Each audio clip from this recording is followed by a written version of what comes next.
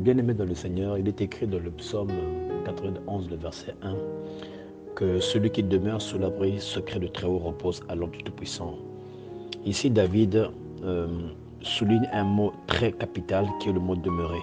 La volonté parfaite de Dieu est que nous ne soyons pas des personnes qui transitent dans sa maison et qui viennent uniquement pour avoir des solutions par rapport à des situations, à des challenges auxquels nous faisons face tous les jours. Mais la volonté de Dieu est que nous puissions y demeurer. Parce que c'est là d'où on est sorti. Parce que l'homme a été pensé par Dieu.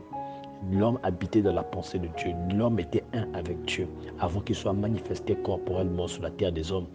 Et c'est la raison pour laquelle, étant sur terre, Dieu voudrait que nous soyons sur terre, mais que notre esprit demeure en Christ. Comme il est écrit dans Éphésiens 2, le verset 6, que notre vie doit être cachée en Christ. Tel est le lieu secret dans lequel Dieu veut nous voir habiter, mon bien-aimé le Seigneur. Toi qui m'écoutes aujourd'hui, il n'y a pas un endroit où tu seras mieux protégé que dans la présence de Dieu. David dit que l'Éternel est mon rocher, ma forteresse en qui je me confie. Dieu est une forteresse impénétrable, un rempart que ni la divination, ni l'enchantement ne peut atteindre. C'est pour cela que Jacob, comme dans le texte qui a été posté dans Jacob, dans le livre de Nombres, 23, verset 9, nous voyons ici, la Bible nous dit que le peuple d'Israël était un peuple qui était au sommet des rochers. Ici, le sommet des rochers signifie simplement une personne qui n'a pas part aux choses du monde, qui a mis à l'écart.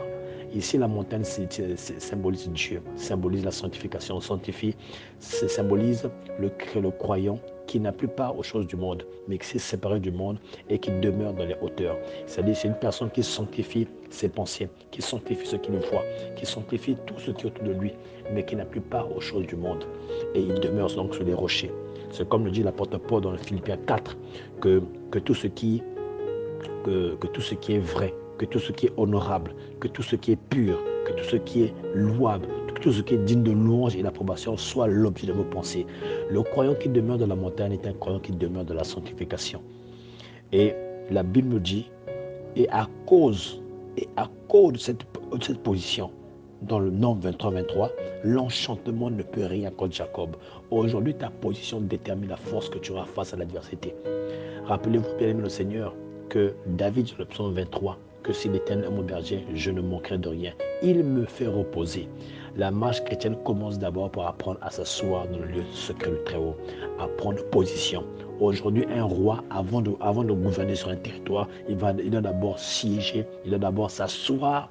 Et une fois qu'il est assis, c'est à ce moment-là qu'il pourra apprendre à se lever, commencer à marcher et commencer à courir. Tu ne peux pas courir et accomplir des exploits avec Dieu. Tu ne peux pas courir et accomplir des grands projets avec Dieu si tu n'apprends pas à t'asseoir d'abord dans sa présence, à te reposer d'abord sur lui, à compter sur Dieu, à demeurer sur la secret du Très-Haut. C'est à là, bien-aimé, que commencera ta victoire. C'est là où commencera le renversement des situations face à toutes les adversités qui sont en face de toi.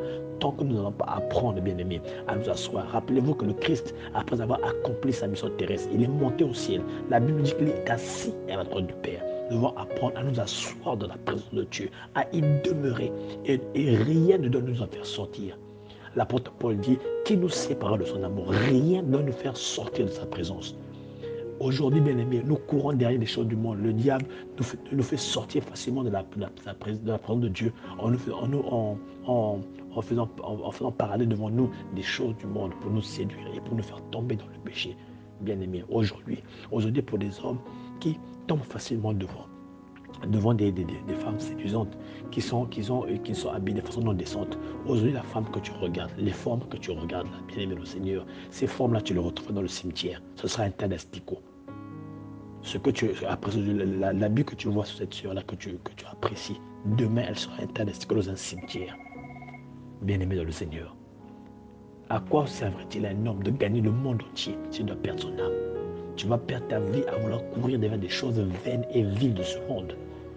Alors que la position que tu allais garder en Christ, c'est elle qui te garantit l'éternité. Et tous les jours poussé par la séduction, tu vas sortir de ta position.